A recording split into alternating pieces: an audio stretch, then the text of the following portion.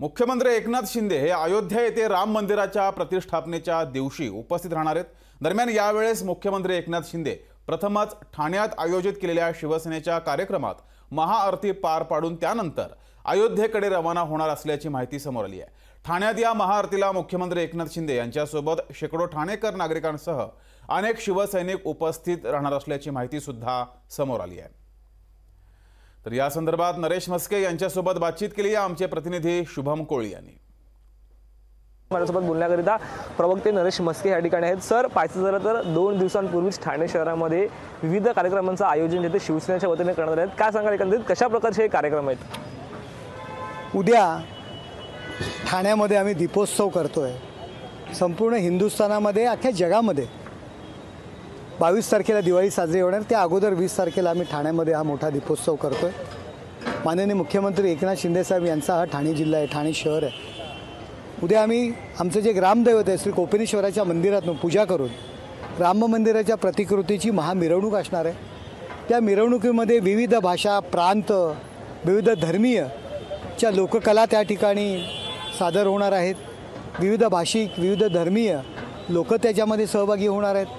ती कोपिनेश्वराच्या जी काय आमची मिरवणूक निघणार ती मासुंदा तलाव या ठिकाणी होणार आहे। मासुंदा तलाव हा आमचा ठाणे जिल्ह्याचा, ठाणे शहराचा प्राण आहे आणि या आमच्या प्राणाच्या तरंगत्या स्टेजवर आम्ही त्या ठिकाणी रामगीतांचा कार्यक्रम आहे।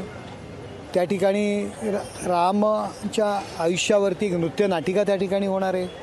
रामांच्या राज्याभिषेकावर रामांचा जो काही वनवासाचा काळ आहे ते राज्याभिषेक याच्यावरती एक ठाण्यात पहिल्यांदा लेझर शो करतोय आणि त्यानंतर माननीय मुख्यमंत्री एकनाथ शिंदे साहेब यांच्या उपस्थितीमध्ये महाआरती होणार आहे।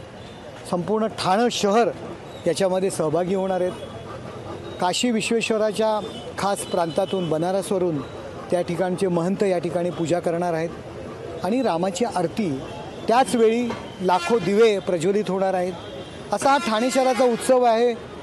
फटाक्यांची आतिषबाजी आहे। असा नयनरम्य असा सोहळा या ठिकाणी साजरा होतोय।